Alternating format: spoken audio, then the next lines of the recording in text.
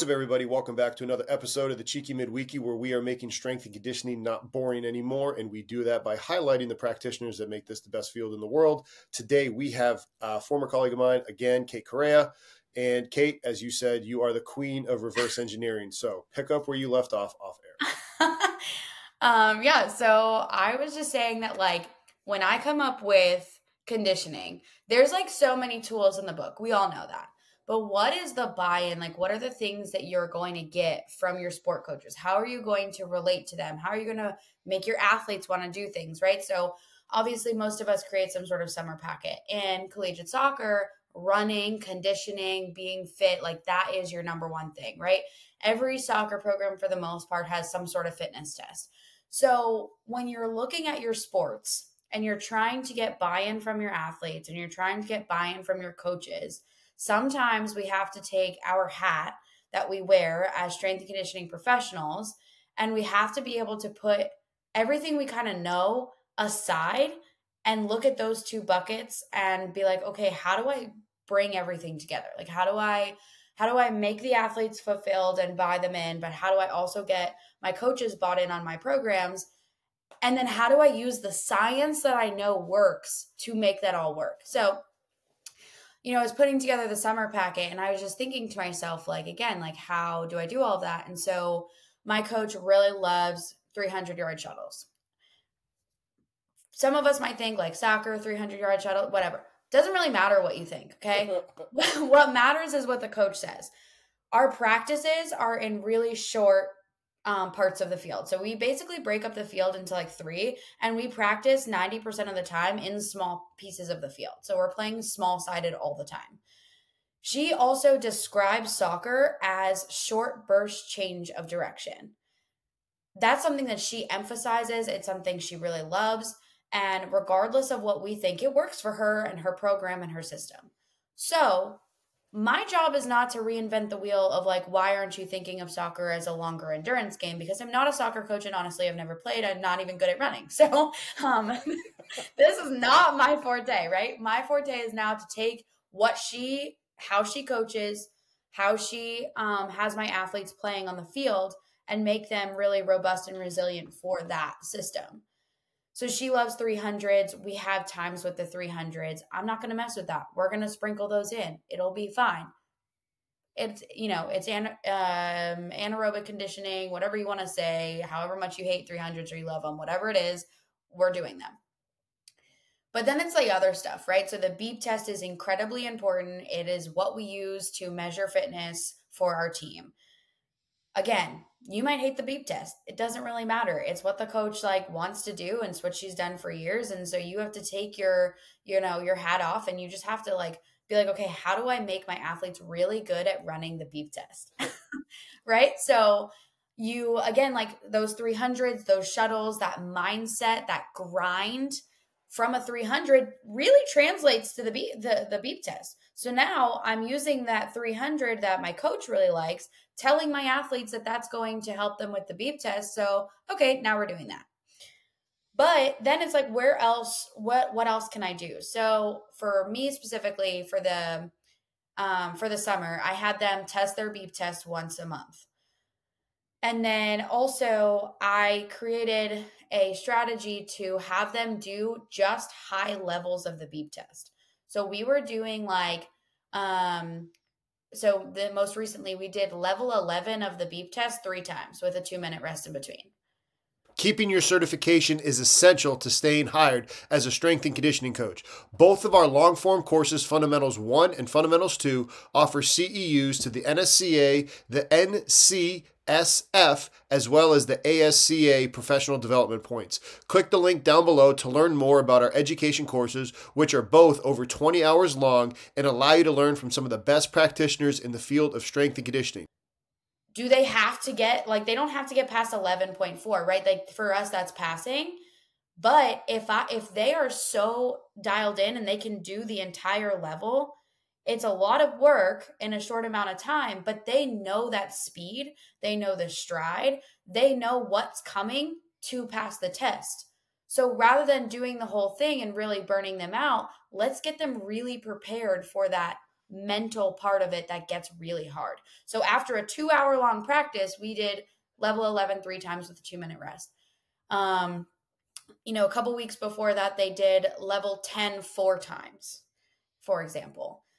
So we're again, it's that reverse engineering. What do we need to get to, and how do we get there in a way that makes sense for our athletes and gives them the best ability to do something like pass the beep test, get playing time, whatever. And how do I give my coaches the most amount of athletes to choose from because they're so fit?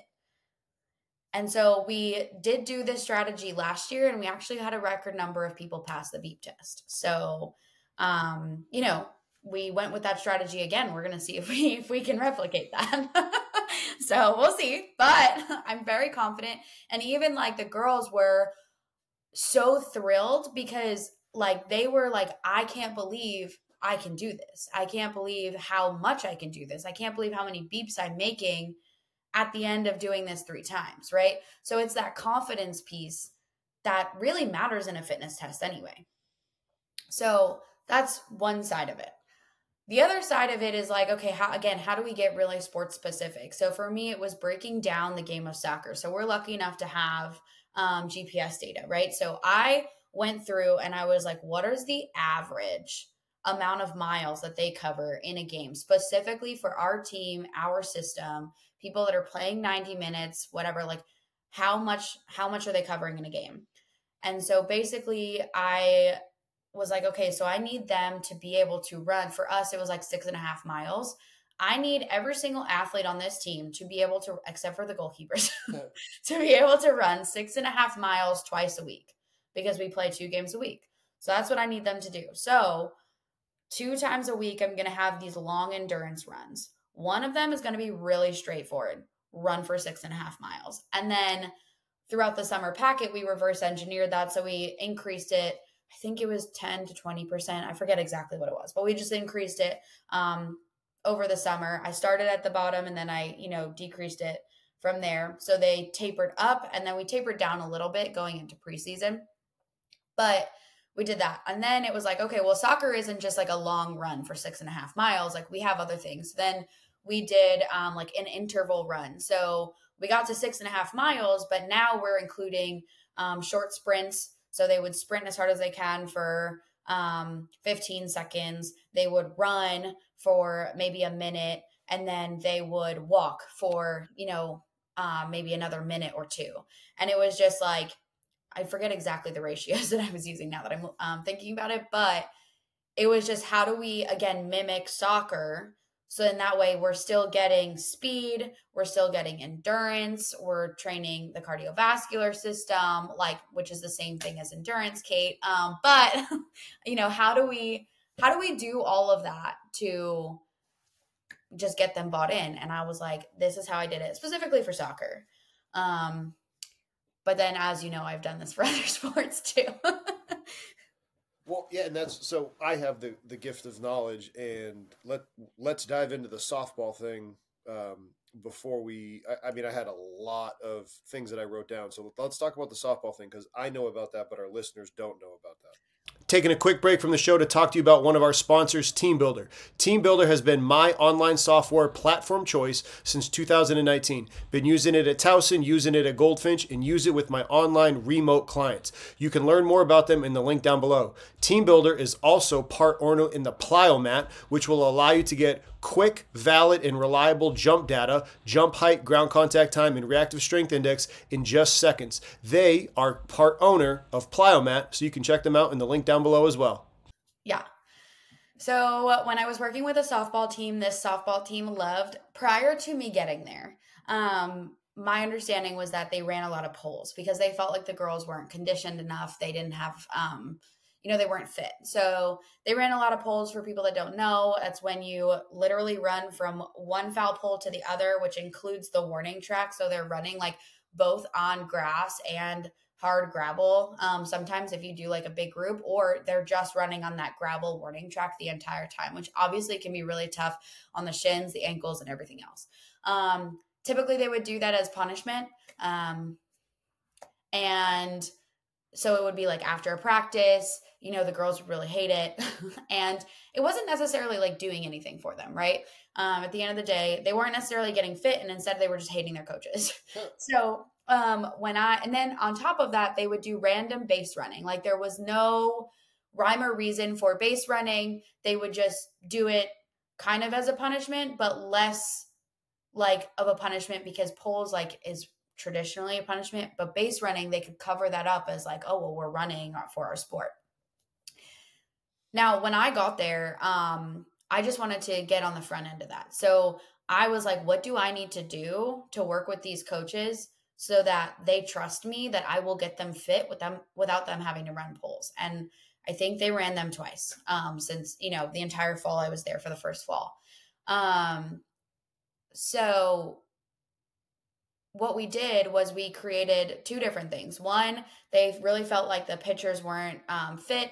And so they gave me numbers. I think it was like 6 seconds. The pitchers are on. They have like 12 seconds to rinse and repeat. So for pitchers, we created like a circuit based on those specific numbers that they had to get pitchers more fit.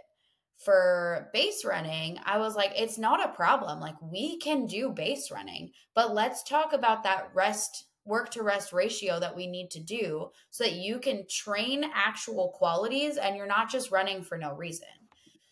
So we kind of created this tempo base running, and I basically gave them this sheet that they could use for after practice. So if they wanted to do full on like home to first, home to home, whatever it was, we calculate, we know the distance, and I calculated basically the amount of rest that they should be getting between the time that they run that base, if they're going either full sprint or for full sprint. And then I was like, well, if you want to like work on the endurance and we want to just keep going in loops, like here's the pace that I think that they should be running at. And I gave them a pace based on like the team that we had, but that actually made sense. So yes, we would run, but then maybe we would do a walking lap, or maybe we would do like staggered people, so that we built in some work to rest ratio in there. So we literally went as sports specific as we could with base running and just added tempos in there. And then again, like the kids weren't like, oh, this is a punishment. And the coaches felt like they were able to do something, that was within their control to get them more fit if that's what they needed to do. The first thing that, I wrote this, it was the fourth thing I wrote before, but you're building leadership capital, as Jocko would call it, because you're giving the coach what they want and you're doing it in a way that it's also what you want. And that's allowing the coach to be like, hey, Kate's on my side, because you need that if you want to have a good relationship, you want to have positive effect. And I'm talking about this because I failed at this like before. I've just gone in like, the stupid, and I'm telling everybody this now, so you don't make the same mistake that I did. Like, take the backdoor approach that Kate did right there. Before I ask other questions, did you notice that you did get that leadership capital? Yeah, I mean, I 100%. Like it took me like a hot second to build it, I won't lie. And I think that there is a little bit of like leave the job in a better place than where you left or when you got it. So for me, like I just happened to come into these women's sports where there was a male strength coach before. And like, I'm not going to lie, like a lot of the times, like women carry this this big rock on their shoulder or whatever the saying is, chip on their shoulder, because like they're looked at in a certain way or whatever. Like I won't really give a lot of light to that, but it's true. Like there is just this like bias in your mind when you're a woman that like you have to stand your ground a little bit more, which is true. I mean, it is what it is. But for me, when I come in, like they're obviously going to be a little bit softer to me. But then if I give you even a little bit of resistance, they're going to be like, whoa. So there was a little bit of back and forth, like, oh, she's on my side. Oh, there's resistance. Oh, she's on my side. Oh, there's resistance. So it was like, I really had to like find that fine line in between. But I do think that like that leadership capital came to me a little bit later because I had to discover what they really wanted. Because sometimes there's that too, right? Where like coaches say that they want something, but like it doesn't really make any sense. And then you give it to them and then they somehow still don't like you. And you're like, wait. So it's really, you also, while yes, like you do have to do what's best for the student athletes, I still have that at the forefront of my mind. So sometimes it isn't that easy, but building that leadership capital also comes with truly uncovering what they want and not just what they're saying that they want because they've built that chip or that like, exterior layer, maybe from previous relationships from with their previous coaches. It's funny you say that about previous relationships with the coaches, because one of the things I did right here is, are you having to be a fancy or smart sport coach when you're trying to break it down? Like you said, you have to take your strength coach hat off and then just watch the sport. But now you're watching it not so much as like, okay, what's her face when she's striking the ball with this part of her foot? Or if you're a baseball coach, hey, Johnny's feet are doing this or his hips. You're looking at like just rotational and things that the body is doing. So like, is that what you kind of like, you're saying you're becoming a fancy or a smart sport coach and then you're, on the staff and then you have to take that hat off and do the same thing for multiple teams? Yeah, so a little bit of that, but like it's a lot easier than it sounds. And we did this with football where we stood on the sidelines and we timed things so we could get some really like accurate data. And you don't necessarily have to sit there with your stopwatch and do this, right? Like it can be the eye test. Like, okay, I know that my center back is one of the people that's running from really deep down the field, defending, coming all the way up to the center of the field. And then when she goes back, most of the time she's walking, So like I'm looking at the sprint patterns. I'm looking at how often they're walking, and truly like how long they're on the field. So yes, they're on the field for 90 minutes. We can probably round that up to closer to 100 due to like, stoppage in play and stuff like that. But even when they like, depends on the program, but we play really wide. So we kick the ball out a ton. What happens when you kick the ball out? You stop and you walk, right? So we're not really running for 90 minutes. So how do we build in all of that really high intensity, long distance sprinting for like my defenders that do have to come from the goal all the way up to the center of the field, but also my wingers that are just like randomly doing it. How do we build all of that, all of those qualities into our training while still giving all of the coaches everything they want? Because at the end of the day, they want something specific. For us, it's like that short, high intensity, fast paced cutting, low rest times, things like that. So I need to find that happy medium for both, while still giving the kids what they need to be successful. So it's like, yeah, you do need to like take that hat off and like play a little bit of sport coach, a little bit of strength coach, a little bit of, buddy, but it's just like, it doesn't have to be as complicated, I think, that we make it. And it doesn't have to be as textbook as we make it either, which I think is like the big thing. Like, stop looking at your textbook and start looking at your field of play and create something that makes sense for you and your program. Taking a quick break from the show to talk to you about one of our sponsors, Hawkin Dynamics. I've had Hawkin Dynamics for multiple years, dating back to my time at Towson, and still utilize them here at Goldfinch when I'm training athletes in Iowa. Hawkin Dynamics makes it simple to be able to get input to find out what's going on underneath the hood with your athletes. Whether it's lower body assessment, upper body assessments, you want reliable data to find out how the athlete is putting force into the ground so you can be able to accurately return an athlete from an injury, and you can also find out how the athlete is producing force to check how your training is working. Check out Hawkin Dynamics in the link down below. So, first question specific to soccer is, how do you communicate with your coach that there's a ton of walking in soccer for a sport that they love the word fitness?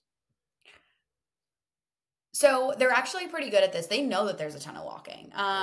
They totally know that.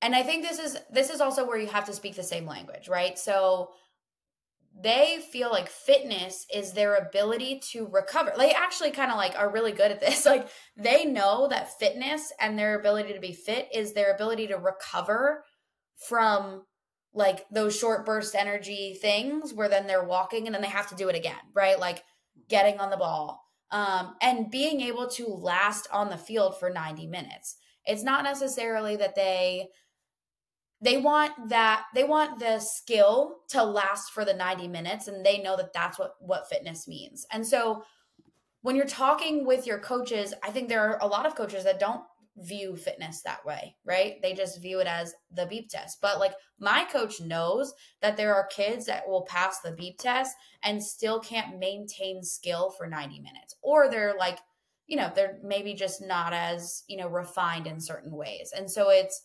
more so, how do you stay agile for that long? The other question then would be, how do you respect, and then how should coaches respect the textbook stuff and not completely throw baby out with the bathwater, but also still having that eye for the sport? Because like you said, you can learn it. We learn it in textbooks that like, yeah, the person with the best VO2 max is not the person that's going to win the marathon. So like, how do you, again, respect the textbook, but also respect your coach's eye? Like, what's the duality? I think that there's easy things that we can take, like work to rest ratios. Those make sense, right? We know what high intensity sprinting looks like. We know what that load looks like. So we know that we can't go out on the field and do 6 40-yard dashes in a row and not at least have some rest or whatever it is. Like, especially, yeah, there's just like so many different things that that from the eye test, from the textbook, like, what the limits are, what the intensity should be, and you should stick with that. However, there is a way that you can use all of that science and still speak the language of the sport. So for me, I'm going to be honest with you, we called it a fartlek run, and I'm not 100% sure that that is the right word, but that's just what we did. So for our endurance runs where we had sprints and walking and jogging and things like that, we just called it a fartlek run because I was like, yeah, we're just going to have different intervals of running, walking, and jogging. And when I created that, I used my work to rest ratio, right? So if I'm going to have them sprinting for 15 seconds, they're going to walk for at least 3 times that. My math is not currently working. So 45 seconds to a minute, right? So they're not going to just that's still the science. It's still the stuff that you're learning from the textbook, but you're just putting it in the context of the sport that you're working with. It's funny you said that about fartlek run, because I wrote down here, I was like, aren't you just doing a fartlek run? I was like, I don't know if that's what it's supposed to be called, so I don't want to sound dumb. When you were talking, you're like, all right, I mean, when you were saying it, I was like, yeah, she's having them do a fartlek run, but I mean, even trying to get athletes to do that when you have them, let alone when they're away from you, to want to go and do it. It is exactly like you said, it's what soccer is, right? There's a reason that the fartlek term, that it's a term that we know, you know what I mean? Yeah. And then there's just so many different ways that you can do this, right? Because it's also I think that we a lot of the times take our job and we're in the context of the hours that we're working with the team. But one of the things that we realized is we had some starters, for example, that were doing way too much. They were doing way too much before, after, during, whatever the season. And during games and practice and things like that. Then we had kids that weren't really playing, but didn't know how to push themselves. So then when they did get playing time, they were gassed because they didn't know what to do.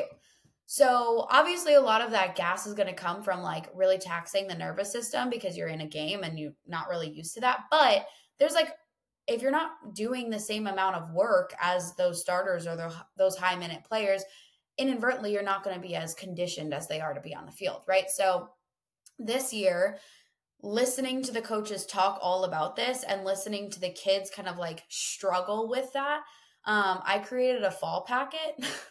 And so this year we have 3 brackets. So my kids that are playing 60 minutes or more, anyone who's playing 45 to 60, and anyone who's playing under 45, they now have a guideline of what an off day should look like, how to do some extra runs or some extra bike workouts to get their cardiovascular system back up where they need to be so that they can endure any like playing time. Like we had an injury at the very end of last spring. So we threw this kid out there for 90 minutes. She's literally not once ever played 90, and she was gassed. She did really well skill wise, but she was absolutely gassed.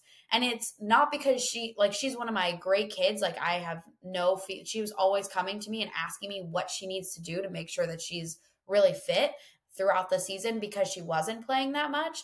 So I do think that she was doing stuff, but rather than kids feeling lost, I was like, okay, well, we just need to create something. Like I need to show starters what a day off looks like. I need to show my less than 45-minute kids what extra runs they should be doing and on which days and with which practices that make sense for them.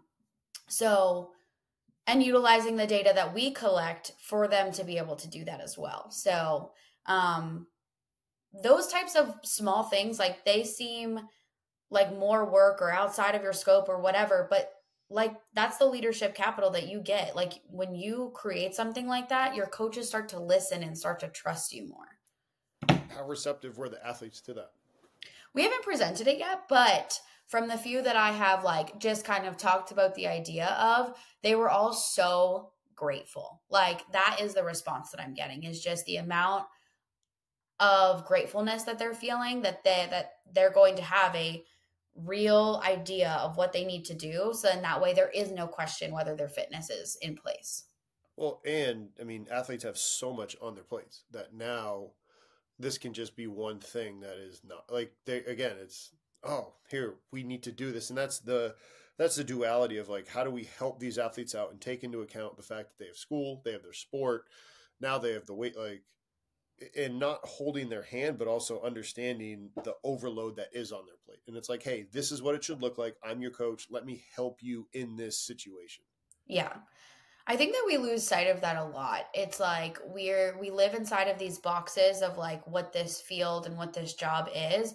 But at the end of the day, the best way to gain traction with your athletes and with your coaches is to truly want what's best for the athletes.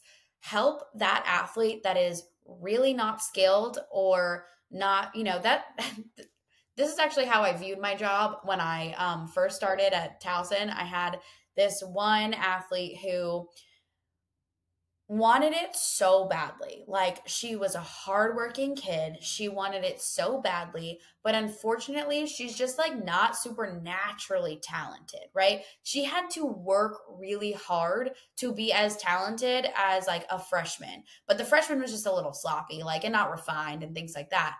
So I literally looked at that athlete and I was like, if I can make that athlete a contender for the starting lineup, that means that I'm making the entire team better. Like that's how I viewed it. And so I watched everything she did and I heard the coaches say like what she wasn't necessarily really good at. And I created training programs kind of around that so that I could really learn. And that athlete ended up in the starting lineup. Oh, wow. So it's just like, I was like, oh, this is how I have to think about this. I have to help the athletes be a contender to be a starter. I have to listen to what they're not good at, because your starters are going to be your starters for a reason, right? They're really good for a reason. And the coaches don't need help with those guys.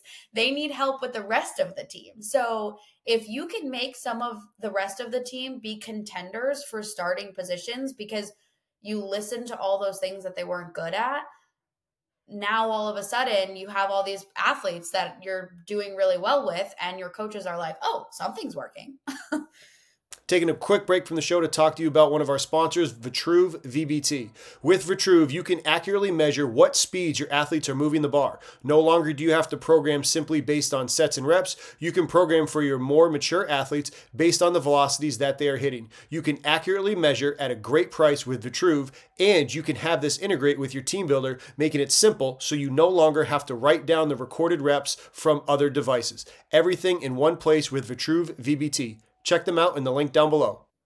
That's an interesting point about like, because the best athletes are going to continue to be the best athletes, right? Like, and they're probably the best athletes because they've been selected to be the best athletes. And then now you can help bring along some, general low hanging fruit skills. And then the coach can, coach up those and help them get better at their sport. Yeah.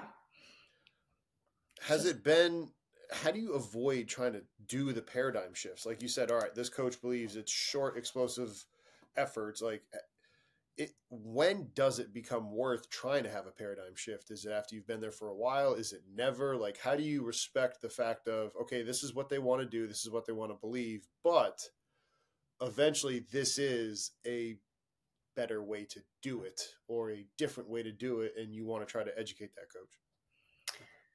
I think you can't do that unless you have a coach that finally looks at you and says, what do you think? And so you should be building the relationship to be that person that is such an extension of the staff that they also ask you, like, what do you think? What do we need to change here? Why isn't this happening? Um, and that's the only time I think personally that you can have that you'll have success in having a paradigm shift without it being a like, butt head situation. Um, so the worst part of it is that it takes a long time to get that kind of trust. And it's different with every coach, right? Like it didn't take me very long with some of my coaches previously. I would say it's taking me a little bit longer now. And it also depends on where that coach is in their coaching career. Like, did you step into a place where they need a change? Like they need something to change? Because if you did, then you're going to be a part of that change, right? For better or worse, if something bad goes wrong, they're just going to blame it on you, right? At the end of the day, like we kind of know that. So for better or worse, like that is true though. Like wherever that coach is in their coaching career, you're going to fall into that. And if they're like, I need to change and I'm willing to listen to you, like that's when you're going to have that. But it's like relationships, like friendships, like anything else. You can't just knock on someone's door and be like, I need to change your perspective on something. Unless you have like a true relationship with them. I mean, the reason I laughed is it's like that'd be something I'd do. Like, hey, by the way, like you don't really know me that well, but I've been watching. Like, you should probably do this differently.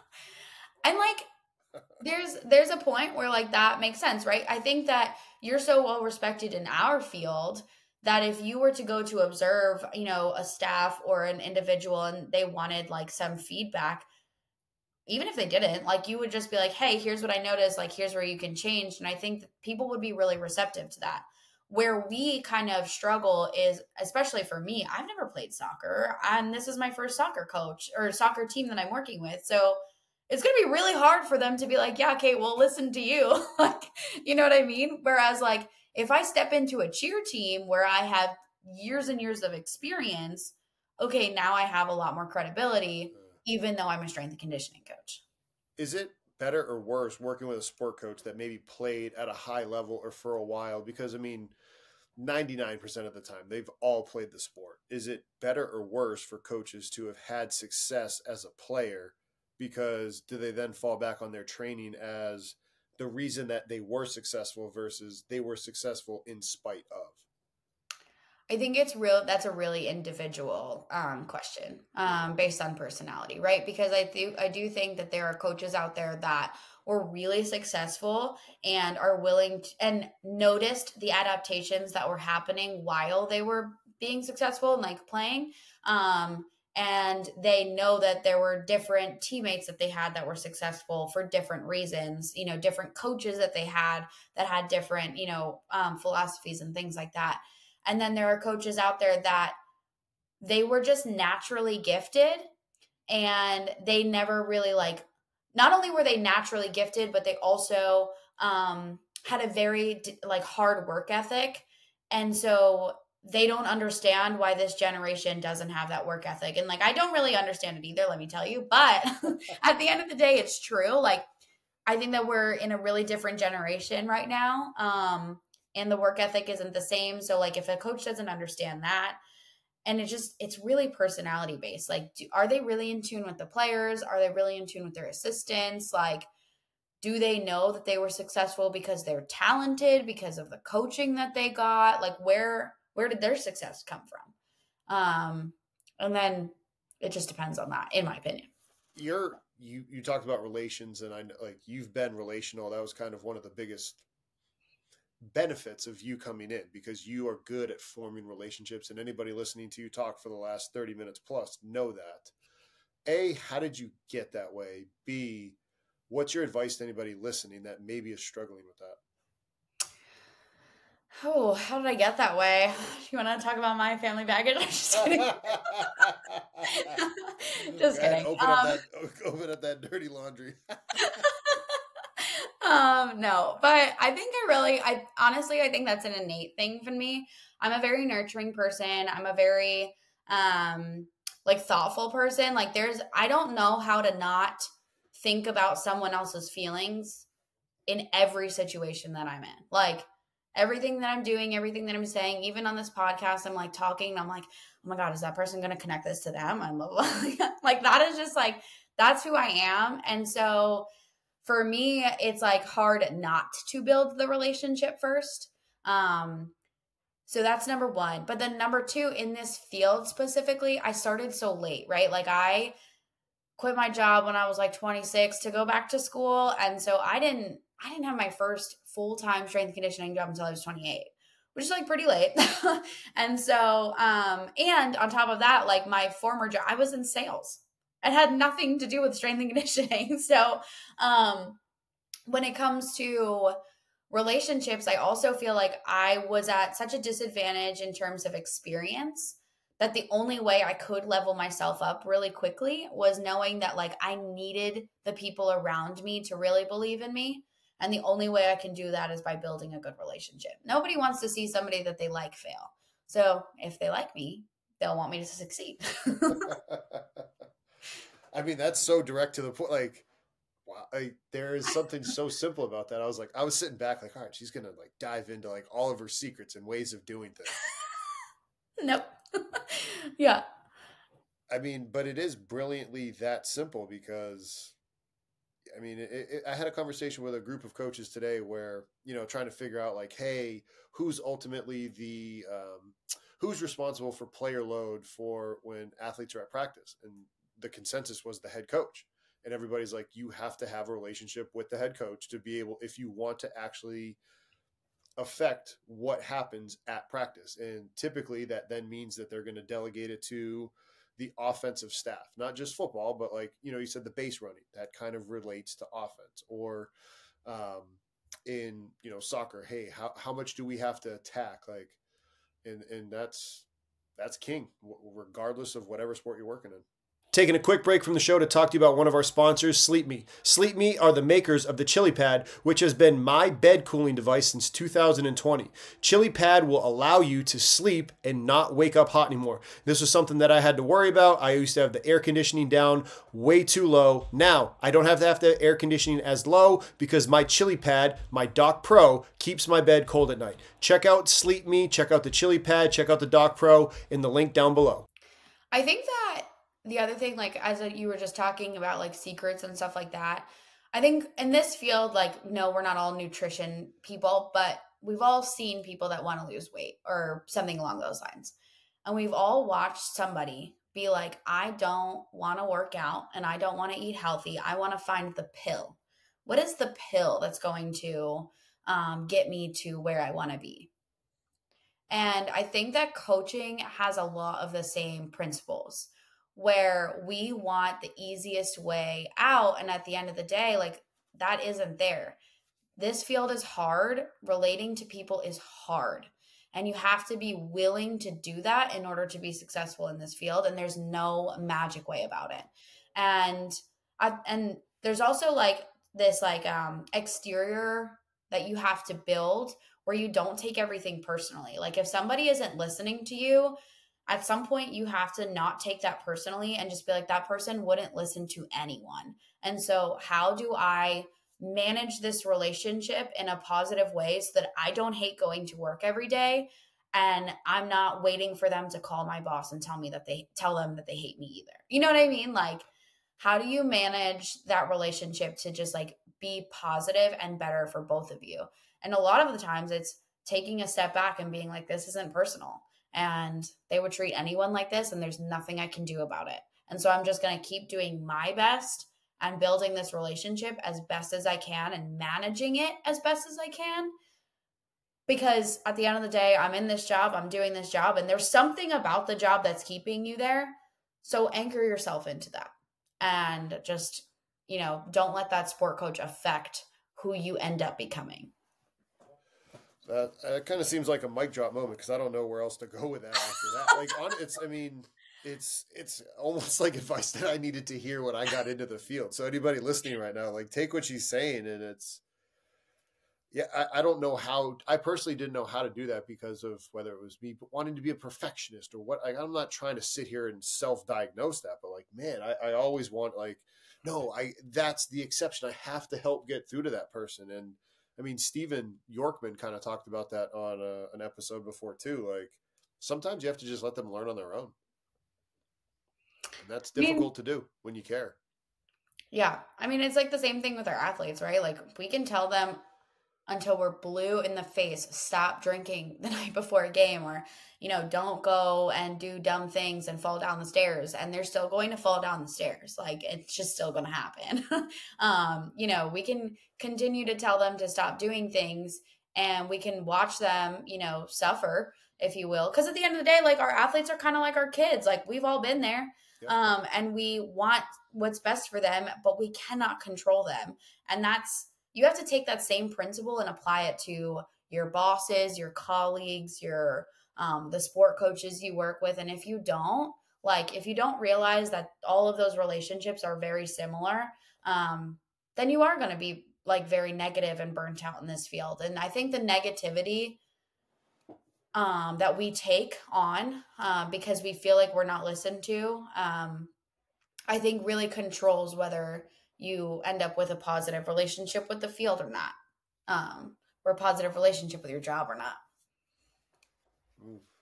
I mean, you have to find a good spot to be in, but you're right. You have to find a good group of people that you want to be around. Yeah. It's like that. I mean, it's one of the 4 Ps. It's the greater sense of purpose, right? Like, okay, maybe your sport coaches aren't providing you purpose, but can you find it somewhere else? Like, is there something else that you can find that purpose in? Is it your student athletes? Is it your relationship with your athletic trainers? Is it your relationship with your bosses and your colleagues? Like, where else can you find it? If that's something that's really important to you and that's missing. And if you can't find it anywhere, then you can't. But at least for the time being that you're in the job, you can try to look for that like sense of purpose of you being in that job. Amen on that, Kate. And end the episode right there on that. Thank you for taking the time to chat with us today. It has been a pleasure. Yeah, absolutely. Taking a quick break from the show to talk to you about one of our sponsors, Powerlift. Powerlift is located here in Iowa in the United States of America. I've utilized them back in 2011 when I had them at Harvard. I also had them at the University of Maryland, and then finally when I was at the University of Iowa. Their equipment is strong, it is durable, it is dependable. It's also customizable based upon whatever your needs are at your school. Check out Powerlift at the link down below.